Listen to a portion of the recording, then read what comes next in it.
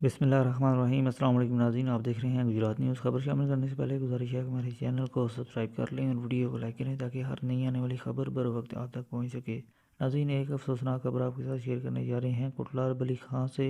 कोटलार बली खां के नवाही गाँव शामपुर में कत्ल का एक अफसोसनाक वाक़या पेश आया। थाना ककराली की हदूद शामपुर में तौसीफ़ नामी शख्स को अंधाधुंध फायरिंग करके कत्ल कर दिया गया और इब्तदाई मीडिया रिपोर्ट्स के मुताबिक ज़मीन के तनाज़ा और साबका जो मुकदमा बाजी है उसकी रंजिश पर फायरिंग करके तौसीफ़ नामी शख्स को कत्ल कर दिया। वाक़या की इत्तला मिलते ही पुलिस थाना ककराली जाए वक़ूआ पर पहुंची और उन्होंने नाश को तहवील में लेकर पोस्टमार्टम के लिए THQ अस्पताल खारियाँ मुंतकिल किया, जबकि इस वाक़या का मुकदमा थाना ककराली में 615/24 मुकदमा जो है दर्ज कर लिया गया है, जिसमें दफ़ा 302, 148, 149, 109 ताज़ीरात पाकिस्तान के तहत दर्ज कर लिया गया है, जिसमें 4 नामजद और 3 नामालूम मुल्ज़मान के ख़िलाफ़ दर्ज कर लिया गया है। FIR के मदन के मुताबिक कलाशनकोव से फायरिंग की गई, जिससे तौसीफ़ नामी शख्स जो है वो मौका पर ही जाँ बाग हो गया। जब इस केस के बारे में जैसे ही कोई मज़ीद अपडेट्स मिलती हैं वो भी